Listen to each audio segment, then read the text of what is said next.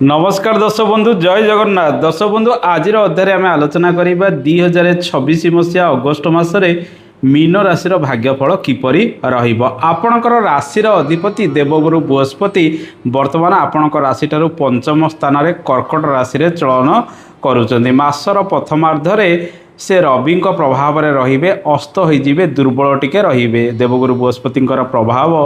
15-16 तारीख पर्यंत टिके कमी रसर द्वितीयार्धरे देवगुरु बृहस्पति अनेक शुभ फल प्रदान करेंगे विद्या क्षेत्र में अनेक उन्नति आणवे संतान सुख आपण को प्रदान करेंगे कर्म क्षेत्र में सफलता प्रदान करेंगे देव कार्य शुभ मांगलिक कार्य अनेक सुजोग आनीदेवे ए मसरे शनि 7.5 प्रभाव में आपणकर राशि रोचे शनि बक्री हो आपण राशि चलन करुथिबारु स्वास्थ्य प्रति टिके सजग रे बेले बेले देह पा खराब हो पारे वायुजनित समस्या बदहजमी स्नायुविक दुर्बलता ये सब रोग व्याधि शरीर में अनेक समय बढ़िब एवं वयोज्येष्ठ व्यक्ति माने हाड़गोड़ पीड़ा अनेक समय पाइपारती शनि बक्री हो रही एवं आपणकर सप्तम भाव को दृष्टिपात करुथिबारु जीवन साथी देह पा बेले बेले खराब हम व्यवसाय वाणिज्य अस्थिरता बेले बेले उपजिबार संभावना रही दर्शक बंधु ए मासरे मंगल आपणकर भाग्याधिपति आपणकर राशि ठारू चतुर्थ स्थान में चलन करेंगे भाग्य क्षेत्र में उन्नति प्रगति आसब सफलता वृद्धि पाइबार संभावना रही किंतु पारिवारिक अशांति बढ़ी पारे हृदरोगी माने टिके सतर्क रे जो मानकर हृदरोग रही चतुर्थ स्थान में मंगल ये सब रोग बढ़ाई पारे घरे अशांति टिके वृद्धि करिवार संभावना रही ए मासरे रविंकर चलन मास आरंभ आपणकर पंचम स्थान में रवि मासर द्वितीयार्ध अगस्ट मास 17 तारीख ठारू तांको शो राशि सिंह रे प्रवेश करेंगे आपण राशि ठारू षष्ठ स्थान में जहाँफल चाकरी बाकरी क्षेत्र में उन्नति आसब कोर्ट केस बाद विवाद कार्यगुड़िक आगक बढ़ सफलतार हार अधिक सरकारी बेसरकारी क्षेत्र में कर्ममय जीवन में रवि अनेक शुभ फल आपण को प्रदान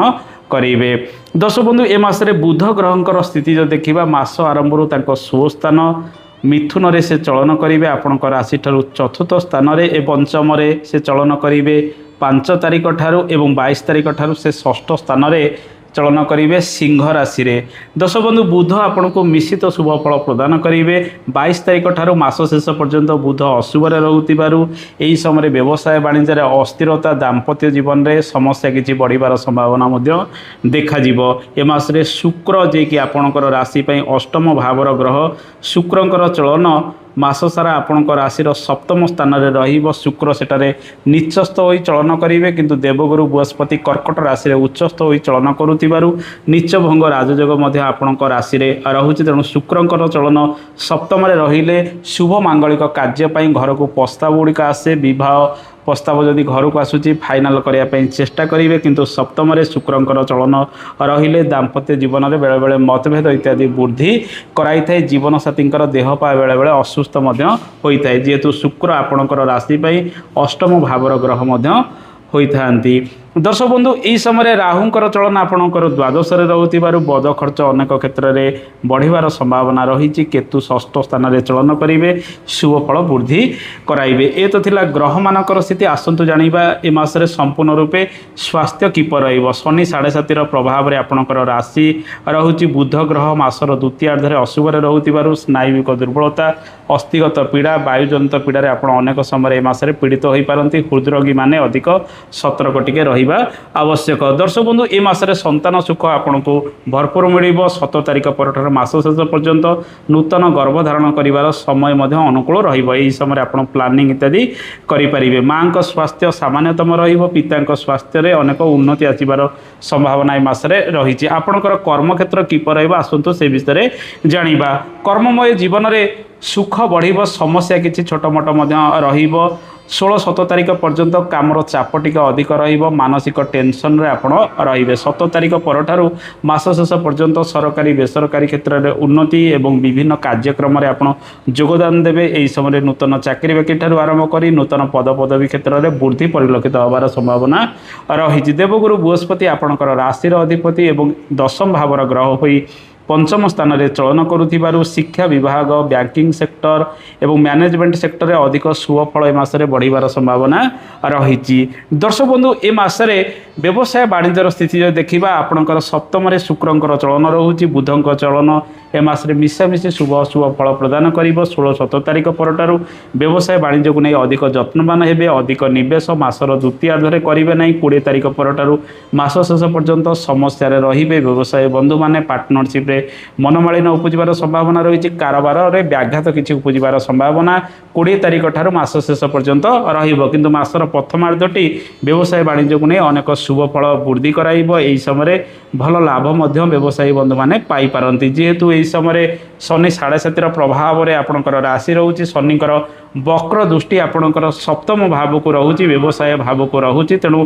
अपडाउन रे ए मासरे किछि ना किछि स्थिति आपण परिलक्षित करिवे। दर्शक बंधु आसंतु जानिबा ए मासरे आर्थिक क्षेत्र किपर रहइबा आपणकर धन भावर ग्रह मंगल चतुर्थ स्थान रे मासर 2 तारिख ठार मास शेष पर्यंत चलन करेंगे ए मासरे आपणकर आय भावर ग्रह शनि बक्री होई आपणकर राशि रे चलन करुतिबारु परिश्रम अनुसार आपणको रोजगार ए मासरे प्राप्ति हबो किंतु राहु द्वादश रे रहुतिबारु बद खर्च विभिन्न दिगरे बढ़िबार संभावना रही ता स्वास्थ्य हो कोर्ट केस वाद विवाद हो किंबा कोनोसी दूर स्थान को गस्त हो ए सब दिगरे खर्च किछि अजथा बढ़िबार संभावना रहुतिबारु आपण निज खर्च को नियंत्रण करिबा आवश्यक। ए मासरे आर्थिक क्षेत्र में मिशामिशी शुभ फल आपण पाइबे भल रोजगार मध्यम परिश्रम अनुसार करिबार संभावना रही। ए मासरे कारोबार क्षेत्र में अनेक उन्नति आनिया पई आपण विदेश गस्त मध्यम करिबार संभावना रही द्वादश स्थान में राहुंकर चलन रहुतिबारु जेतेबेले दूर स्थान को गस्त करूछन्ती कोनोसी जिनसपत्र हजि जाई पारे किंबा चोरी होई जाई पारे से सब प्रति सतर्क रहिबे एवं जानवाहन प्रति सतर्कता अवलंबन करिबा ए मासरे आवश्यक। दर्शक बंधु आसंतु जानिबा शेयर मार्केटिंग रो स्थिति किपर रहइबो शेयर मार्केटिंग क्षेत्र में लाभर परिमाण मध्य रहिले मध्य सामान्य किछि क्षयक्षति मध्य ए मासरे अल्प बहुत होई पारे। दर्शक बंधु ए मासरे विद्यार्थी मानक पई समय किपर रहइबो आसंतु जानिबा आपनक राशि पंचम रे बुध बृहस्पति और रविंकर प्रभाव रोथिबारु छात्र छात्री माने मिश्रित शुभफल विद्या क्षेत्र में प्राप्ति करेंगे शनिकर चलन आपण राशि रोथिबारु बेले बेले अलस्वामी परिलक्षित करेंगे तेणु अलस्वामी को जदि छाड़देवे विद्या क्षेत्र में देवगुरु बृहस्पति और बुध अनेक सुजोग आपन को प्रदान करेंगे उच्च शिक्षा क्षेत्र में सफलता सहित छात्र छात्री माने कॉम्पिटिटिव एग्जाम क्षेत्र में अनेक सफलता पाई पारंती केवल अलस्वामी को छाड़ी प्रत्येक कार्य करने चेष्टा करंतु मासटी आपण सपक्ष में जाईपारे। दर्शक बंधु ए मासरे दाम्पत्य जीवन जो देखा सप्तम स्थान में शुक्रंकर प्रभाव रहिबो शनिकर प्रभाव मध्य रहुची शनिकर बक्री दृष्टि रहुतिबारु परस्पर मध्य मतांतर बेले बेले वृद्धि पाई पारे एवं जीवन साथी छोट मोट हेल्थ इश्यू टिके बढ़ी पारे अन्यथा दाम्पत्य जीवन जहाँ पूर्व जमी चलूला सेमती प्रायतः आग को चलो मंगलकर प्रभाव मध्य आपणकर सप्तम स्थान को रहुतिबारु बेले बेले से कौन कथा को नहीं जिद्दी किंबा चिड़चिड़ा स्वभाव होई पारंती। दर्शक बंधु शुक्र सप्तम चलन करुतिबारु घर को जदि विवाह प्रस्ताव आसुचे फाइनाल करने चेष्टा करूँ शुभ कार्य गुड़िक आगामी दिन में आपड़ करेंगे ये मसरे कालसूदी रोना तेणु बह आदि कार्य गुड़िक वर्जनीय ए मसरे रसरे आप प्रत्येक सोमवार दिन एवं प्रत्येक शनिवार दिन महादेवंकर उपासना करूँ जलाभिषेक करूँ महादेवंकर पूजा अर्चना करने सहित प्रत्येक शनिवार दिन शनि मंदिर में पूजा अर्चना करूँ देखिए अशुभत्व दूरीकरण हम बह कार्य गुड़िक जदि संपन्न होना महादेवों कृपा जो आपण से सब क्षेत्र में आग को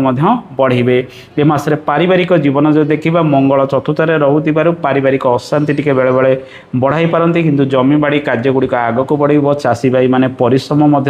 बिलरे विभिन्न क्षेत्र में करेंगे किसी शुभ फल पाइले किसी क्षयक्षति हबार संभावना बेले बेले रही जत्नवान से सब प्रति अधिक हवा आवश्यक। ए मासरे किणाकिणी क्षेत्र में आम जदि देखा घर परिवार आप विभिन्न जिनपतर किणाकिणी करेंगे शुक्र सप्तम चलन करुतिबारु जानवाहन किणाकिणी कार्य क्षेत्र में आप 20 तारिख मध्य सफल हो पारंती। दर्शक बंधु आसंतु जानिबा लव लाइफ स्थिति किपर रहइबो प्रेम रे सफलतार हार 50% रहिबो मासर प्रथमार्धरे अधिक चापग्रस्त होई प्रेमिक प्रेमिका माने रहिबे मासर द्वितीयार्धरे प्रेममय जीवन में अधिक सफलता पाई पारंती। शनि 7.5 प्रभाव रे आपनकर राशि रहउची राहु अशुभरे मध्य रहुचंती मंगल मध्य मासरे अशुभरे रहुतिबारु सुंदराकांड पाठ करंतु श्री हनुमानकर दर्शन करंतु प्रत्येक शनिवार एवं मंगलवार दिन